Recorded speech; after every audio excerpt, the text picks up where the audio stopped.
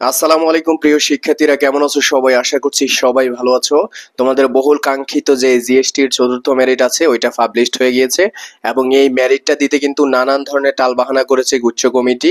এই কারণে কিন্তু অনেকের মনে অনেক কোশ্চেন জাগ্রত হয়েছে যে ভাইয়া, গুচ্ছ কমিটি আমাদের সাথে কি ফক্সি করে কিনা, বা আমার সাথে বা আমার যে ওয়েটিংটা ওর মধ্যে কি আরেকটা শিক্ষার্থীকে ঢুকাচ্ছে কিনা টাকা নিয়ে, বা কাউকে আসলে সিট দিচ্ছে কিনা, এরকম সিট বাণিজ্য যেটাকে বলে, এরকম নানান ধরনের কোশ্চেন জাগ্রত হয়েছে। আসলে এটা জাগ্রত হওয়াটাই স্বাভাবিক, এটা তো আমরা আসলে জানি না যে ওরা আসলে কি করতে চায় বা কি করার প্ল্যানিং করতেছে। সো তোমাদের এসব বিষয় নিয়ে চিন্তা না করে তোমাদের মেরিটটা নিয়ে আগানো ভালো হবে। চতুর্থ মেরিট যেহেতু আজকে পাবলিশড হয়েছে, তাই আমি তোমাদের সাথে চতুর্থ মেরিটের যে ওয়েটিং লিস্টটা আছে ওইটা নিয়ে আলোচনা করবো এবং সামনের দিকে আসলে কিরকম আগাতে পারে এবং সামনের যে শিক্ষার্থীরা আছো ওয়েটিং এ তোমাদের কত পজিশনে তোমরা সাবজেক্ট পেতে পারো, এরকম একটা বিশ্লেষণ তোমাদের সামনে তুলে ধরবো। এবং মাইগ্রেশন হওয়ার জন্য তোমার আসলে কত ওয়েটিং থাকলে মাইগ্রেশন হতে পারে বা এই ধরনের একটা আলোচনা করবো। এবং আলোচনা করব আজকের পর কি আর কোনো মেরিট দেবে কিনা, বা আজকে যে মেরিটটা চতুর্থ মেরিট পাবলিশড হয়েছে এর পরবর্তী কি আর কোনো ধরনের মেরিট পাবলিশড করবে কিনা, বা গুচ্ছে কি সাধারণ গণবিজ্ঞপ্তি দেবে কিনা, এরকম একটা বিশ্লেষণ তোমাদের সামনে তুলে ধরবো। দেখো, প্রথমে দুইজন শিক্ষার্থীর ওয়েটিং লিস্ট নিয়ে আমরা আলোচনা করব, তাহলে তোমাদের মধ্যে একটা ক্লিয়ার ধারণা হবে যে কত পজিশন থেকে আমি আসলে সাবজেক্ট পাবো বা কত ওয়েটিং থাকলে আমি পরবর্তী মেরিটে সাবজেক্ট পাওয়ার একটা সম্ভাবনা থাকবে। দেখো, সেটা হচ্ছে প্রথমে হচ্ছে একটা ইসলামিক বিশ্ববিদ্যালয়ের শিক্ষার্থী যার ওয়েটিং মানে ক্রমান্বয়ে রয়েছে, তোমরা দেখতেই পাচ্ছ। দেখো, লয়ে কিন্তু তার যখন তৃতীয় মেরিট দিয়েছে 706 ছিল, পরবর্তীতে 653 653 হয়েছে। তার মানে এখানে তুমি অনেকেই বলতে পারো যে ভাইয়া 50টা সিটের মতো খালি হয়ে গেছে, তার মানে কি ইসলামী বিশ্ববিদ্যালয়ে 50 জন শিক্ষার্থী ভর্তি হয় নাই বা ভর্তি ক্যান্সেল করে ফেলছে বা এরকম কিছু নাকি? না, এটা কখনোই না। 50টা সিট খালি হয়নি এখানে। সেটা এমন হয়েছে যেমন আমি মনে করো এই শিক্ষার্থীর পজিশন থেকে একটু আগানো, আমি ইসলামী বিশ্ববিদ্যালয়ের মাইগ্রেশন অফ করে দিয়েছি। সো আমার কিন্তু ওয়েটিংটা আর দেখাবে না, এই শিক্ষার্থীর ওয়েটিং দেখাবে। তার মানে এই নয় যে ইসলামী বিশ্ববিদ্যালয়ের ল সেরে শিক্ষার্থীরা চলে গেছে, এই বিষয়টা সম্পূর্ণ ভুল। পরবর্তীতে দেখো, ল অ্যান্ড ল্যান্ড অ্যাডমিনিস্ট্রেশন বা ল্যান্ড ম্যানেজমেন্ট, এটা ছিল 575 এবং 529-এ কিছুটা চেঞ্জ হয়েছে, বাট অত বেশি চেঞ্জ হয়নি। বা যারা 4 5 বা 7 8-এ ওয়েটিং এ ছিল তোমাদেরও হয়তো চেঞ্জ হয়নি এরকম। দেখো, ইকোনমিক্সে 349 316 আসছে এবং পাবলিক অ্যাডমিনিস্ট্রেশন 115 থেকে 101 আসছে। এই যে দেখো, এখানে মাত্র 14 চেঞ্জ হয়েছে। তার মানে সামনের থেকে 14 জন শিক্ষার্থী সরে গেছে, কিন্তু এই বিষয়ে ভর্তি হয়েছে ক্যান্সেল করেছে, বিষয়টা আসলে এরকম না। অনেকে এরকম মনে করে থাকো। ট্যুরিজম অ্যান্ড হসপিটালিটি ম্যানেজমেন্ট দেখো, 17 থেকে 13 মাত্র কত কমছে দেখো। তুমি এইবার মানে আসলে প্রমাণ পাচ্ছ যে বিষয়টা একদমই আগাচ্ছে না। 17 থেকে মাত্র 13-তে আসছে। সো খুবই মানে নগণ্য এই বিষয়টা, তোমরা দেখতেই পাচ্ছ। ইসলামিক হিস্ট্রি অ্যান্ড কালচার 57 থেকে 44-এ আসছে এবং পলিটিক্যাল পজিশন শিক্ষার্থীটার হচ্ছে 3000 পজিশন। 3000 পজিশন ভর্তি আছে ইসলামী বিশ্ববিদ্যালয়ের ফোকলোর বিভাগে। সো তোমরা দেখতেই পাচ্ছ যে এই সাবজেক্টগুলো যেগুলোর ওয়েটিং কম, তোমাদের ওগুলো খুবই কম আগাচ্ছে। যেমন আমি তোমাকে যদি বলি যে 17 পজিশনে আছে যারা, বা 17 ওয়েটিং এ যারা আছে, তোমাদের কিন্তু 13 আসছে অনেকের। সো এই 13 থেকে কিন্তু এই শিক্ষার্থীটা এই সাবজেক্টটা আর কখনোই পাবে না। ইসলামী বিশ্ববিদ্যালয়ে তুমি যদি 3 4 ওয়েটিং এর মধ্যে থাকো তাহলে একটা সম্ভাবনা আছে, বা ফার্স্ট পর্যন্ত যেতে পারে। যাদের 10 12 বা 14 15 এইরকম ওয়েটিং আছে, তোমরা কখনো আর সাবজেক্ট পাওয়ার সম্ভাবনা মানে রাখবা না, বা সাবজেক্ট পাওয়ার সম্ভাবনাটা নেই বললেই চলে। আবার কিছু ক্ষেত্রে আছে, যেমন ফোকলোর সাবজেক্টটা ইসলামী বিশ্ববিদ্যালয়ের শিক্ষার্থীরা পড়তে চায় না অনেকে। সো তোমার যদি মনে করো ফোকলোরে আছে তোমার 20 ওয়েটিং ছিল, এখন মেরিট দেওয়ার পর 10 আসছে, তাহলে কিন্তু তোমার 50-50 চান্স আছে যে এই সাবজেক্টটা চেঞ্জ হওয়ার। সো তুমি বুঝতেই পারছো যে মানে কিভাবে আগাচ্ছে বা কিভাবে আগানোর সম্ভাবনা আছে। এখন আরেকটা বিষয় বলি, যে তোমরা ওয়েটিং বের করতে পারছো না, ওয়েটিং নিজেরটা নিজেই বের করবা যে পরবর্তী মেরিটে কি তোমার সাবজেক্ট আসবে কিনা, বা আমরা কিভাবে বের করি। দেখো, এই যে বললাম যে একটা শিক্ষার্থীর ফোকলোর ওয়েটিং 20 আছে, এখন ওই শিক্ষার্থী যদি 10-এ আসে, পরবর্তী মেরিটে ওর কিন্তু আসার সম্ভাবনা আছে, বা পরবর্তী না আসলে আরেকটা মেরিট দিলে আসার সম্ভাবনা মনে করো মানে 70% বা 80%। সো তোমাকে বুঝতে হবে যে কত ওয়েটিং ছিল আগে, এখন কত ওয়েটিং। সো এটার মধ্যে যখন কম্পেয়ার করবা বা তুমি যখন পার্থক্যটা বের করবা, তখন কিন্তু তুমি একটা রেজাল্ট পাবা যে আমার যেহেতু এত বেশি পার্থক্য হয়েছে, তার মানে কিন্তু পরের মেরিটে আমার চান্স আছে যে পরবর্তী মেরিটে আমার সাবজেক্টটা চলে আসবে। সো এইভাবে কিন্তু তোমরা বের করবা যে পরবর্তী শিক্ষার্থীটা দেখো ল এনএসটিউতে ওর কিন্তু ওয়েটিং ছিল 331 193-তে চলে আসছে। সরি, 231 থেকে 193-তে চলে আসছে। এবং ইংলিশে দেখা এনএসটিউতে 127 থেকে 107 চলে আসছে। এবং ইকোনমিক্স থেকে 95 থেকে 82 এইসব সাবজেক্টগুলো আসলে কখনোই সম্ভব না যে চেঞ্জ হওয়ার। সো এগুলোর প্রতি যারা আশা রাখছো তোমরা আসলে বৃথা। পলিটিক্যাল সায়েন্স দেখো এনএসটিউতে 15 থেকে 10-এ আসছে। এই যে দেখো যেই সাবজেক্টগুলোর ওয়েটিং কম ওগুলো কিন্তু নগণ্য ভাবে আগাচ্ছে। সো তোমাকে মাথায় রাখতে হবে এই সাবজেক্টগুলো কিন্তু কখনোই তোমার আসার সম্ভাবনা নেই।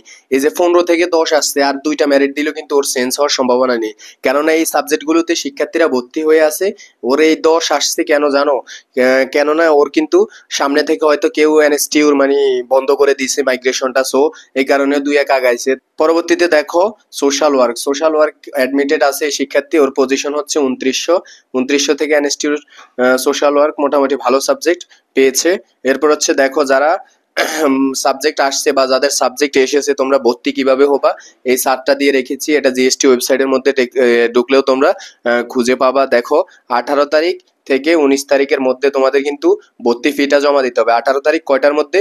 দুপুর 12টা থেকে 19 তারিখ রাত 11টা 59 মিনিট পর্যন্ত, অর্থাৎ 12টার আগে তোমাদেরকে 19 তারিখ রাত 12টার আগে তোমাদেরকে জমা দিতে হবে। এবং এটা দেখো 19 তারিখ 10টা থেকে তোমাকে জমা দিতে হবে কাগজপত্র, 20 তারিখ 3টা পর্যন্ত, অর্থাৎ 2 দিন তোমাদের সময় দিয়েছে, 19 তারিখ 20 তারিখ। আর এটা হচ্ছে তোমাদের 18 তারিখ 19 তারিখ, এই 2 দিনের মধ্যে তোমরা কিন্তু কাগজপত্র এবং যে ভর্তি ফি ওইটা জমা দিয়ে দিতে হবে যাদের সাবজেক্ট আসছে। আর যাদের ওয়েটিং আছে, এই যে বললামই তো, যাদের ওয়েটিং কাছাকাছি আছে যেমন 50-100, তোমাদের কিন্তু সাবজেক্ট আসার সম্ভাবনাটা কমে গেছে।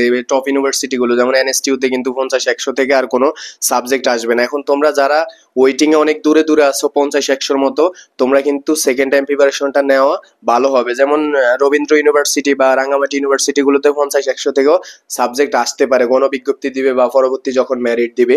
এখন বলি যে পরবর্তী মেরিট কি দেবে কিনা, এটা নিয়ে অনেকের কোশ্চেন যে পরবর্তী মেরিট কি দিবে কিনা। ভাইয়া দেওয়ার একটা সম্ভাবনা আছে, তবে এতটা শিওর ভাবে বলা যায় না। গুচ্ছ কমিটি কিন্তু আগেই একটা ওয়েবসাইটে উল্লেখ করছে যে 7টা মেরিট দিবে, এরপরে যদি শিক্ষার্থীদের মানে সিট খালি থাকে কোনো ইউনিভার্সিটিতে তখন কিন্তু গণবিজ্ঞপ্তি দিবে। এখন কিন্তু মেরিট দেওয়ার একটা চান্স আছে, কারণ এখনো কিন্তু কিছু কিছু ইউনিভার্সিটিতে মানে হালকা পাতলা হলেও কিন্তু সিট খালি আছে। সো দেখো তোমরা যারা 50-100 ওয়েটিং এ আছো, তোমরা যেই লো ইউনিভার্সিটি বা থার্ড ক্লাস ইউনিভার্সিটি গুলো হলে তাহলে আসতে পারে একটা ওয়েটিং, মানে তুমি অপেক্ষা করতে পারো বা তোমার ওয়েটিং এ থাকলে তুমি একটু ধৈর্য ধরতে পারো। আর যাদের মনে করো ইসলামী বিশ্ববিদ্যালয়, বরিশাল বিশ্ববিদ্যালয় বা এইসব ইউনিভার্সিটি গুলোতে যাদের আছে, তোমাদের কিন্তু সাবজেক্ট আর পরবর্তীতে আসার সম্ভাবনা নেই বললেই চলে। সো তোমরা সেকেন্ড টাইম যারা দিবা তারা সেকেন্ড টাইম প্রিপারেশন শুরু করে দাও। আর থার্ড ক্লাস সাবজেক্ট গুলোতে পড়ে তুমি আসলে আহামরি কিছু করতে পারবা বা এরকম কোনো সম্ভাবনাই নেই বা ফ্যাসিলিটিস পাবা না। যেমন রবীন্দ্র ইউনিভার্সিটি বা রাঙ্গামাটি ইউনিভার্সিটি, এইসব ইউনিভার্সিটির ক্যাম্পাসের দিক থেকে বা হলের দিক থেকে যদি চিন্তা ভাবনা করো তাহলে কিন্তু তোমাকে অনেকটাই ভোগান্তির মধ্যে পড়তে হবে। এগুলোর কিন্তু আসলে ওইরকম বাজেট থাকে না যে শিক্ষার্থীদের আসলে রিসার্চের জন্য বা তুমি পাবলিক ইউনিভার্সিটির যেই মানে ফ্যাসিলিটিস গুলো আশা করো ওগুলো কিন্তু দেওয়ার সম্ভাবনা খুবই কম। তাই তোমাকে বলছি যে যাদের ওয়েটিংটা একটু দূরে 100-র উপরে, যারা তোমরা কোনো মতে আর সাবজেক্ট পাওয়ার সম্ভাবনা নেই, আর যাদের মনে করো 100-র ভিতরে আছে বা যাদের ওয়েটিং কিছু কাছাকাছি, তোমরা কিন্তু সাবজেক্ট পাওয়ার একটা সম্ভাবনা আছে। তোমাদের ওয়েটিংটা অবশ্যই কমেন্টে জানাবো, তাহলে আমরা কিন্তু আনসার দেওয়ার চেষ্টা করবো যে তোমার কত ওয়েটিং থেকে কি সাবজেক্ট আসতে পারে বা পরবর্তী মেরিটে কি তোমার সাবজেক্ট আসতে পারে কিনা। সো আশা করি এই দুইটা শিক্ষার্থীর বিষয়টা তোমরা বুঝছো যে এই যে কম ওয়েটিং গুলোতে কিন্তু সাবজেক্ট আসার সম্ভাবনা খুবই কমে গেছে। এই শিক্ষার্থীর পলিটিক্যাল সায়েন্স আসবে না, মানে মোটামুটি একটা শিওর সম্ভাবনা আছে যে আসবেই না। এরপর ট্যুরিজম এন্ড হসপিটালিটি ওর আসার সম্ভাবনা নেই। এরপর এই সাবজেক্ট গুলো এগুলোর তো দেখোই যে ওয়েটিং খুব কম আগাচ্ছে। সো এইসব বিষয়গুলোতে কিন্তু শিক্ষার্থীরা ভর্তি হয়ে যায় এবং টপ ইউনিভার্সিটির টপ সাবজেক্ট যেহেতু, সো শিক্ষার্থীরা ডিলে করে না। এখন তোমার নিজেও ডিলে না করাই বেটার হবে। তোমার যদি পরবর্তী যেমন 7 কলেজ আছে, এরপর হচ্ছে ন্যাশনাল ইউনিভার্সিটি মেরিট দিচ্ছে, অনেকে আবার ভাবো যে গুচ্ছের আসলে যেই মেরিট গুলো চলতেছে ওগুলো আসলে 7 কলেজ বা যে ন্যাশনাল ইউনিভার্সিটি মেরিট দিলে কিছুটা মানে চেঞ্জ হতে পারে বা তোমরা আরো বেশি বেশি করে চান্স পেতে পারো। এটার দিকে না তাকিয়ে তুমি আসলে ওই দিকে ফোকাস করো যে তোমার আসলে 7 কলেজে পরবর্তী যে পরীক্ষা আছে ঢাকার ভিতর থাকলে যে তুমি কিন্তু গুচ্ছের থার্ড ক্লাস ইউনিভার্সিটি গুলো থেকেও ভালো ফ্যাসিলিটিস পাবা এবং টিউশন বলো এটা বলো পড়ালেখার মান মোটামুটি কলেজ হলেও ভালো আছে, এখন তো মোটামুটি বিশ্ববিদ্যালয় হয়ে গেছে। সো তোমাকে মাথায় রাখতে হবে কোনটা তোমার জন্য বেটার, ওইটার দিকে আগাতে হবে। এবং যারা ওয়েটিং এ আসো, তোমরা অনেকে মনে করতেছো যে বললাম যে 7 কলেজের আশায় আছো বা ন্যাশনালের আশায় আছো যে ওগুলা মেরিট দিলে তোমরা এখান থেকে সিট কিছুটা ফাঁকা পাবে, এগুলো আশা করো না। গুচ্ছের কমিটির কিন্তু মাথা ঠিক নেই, একবার এক এক দিকে কিন্তু মেরিট দিচ্ছে। যে দেখো এই মেরিটটা দিতে অন্তত 15 দিন ডিলে করছে। সো এইভাবে কিন্তু মেরিট আগালে তোমাদের মধ্যে একটা শঙ্কা থেকে যায়। তোমরা যারা প্রিপারেশন শুরু করো না এই সেকেন্ড টাইম, এখনই শুরু করে দাও। ওয়েটিং দূরে যারা আছে তোমাদের সাবজেক্ট পাওয়ার আর কোনো সম্ভাবনা নেই। সো ভালো থাকবা, দেখা হবে পরবর্তী কোনো ভিডিওতে। আশা করছি এই বিষয়গুলো বুঝছো।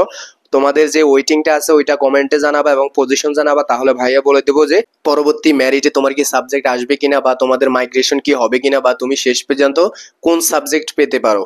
সো অবশ্যই তোমরা যারা পজিশন কম আছে ওয়েট করো, সাবজেক্ট পেয়ে যাবা। ধন্যবাদ সবাইকে, ভালো থাকবা।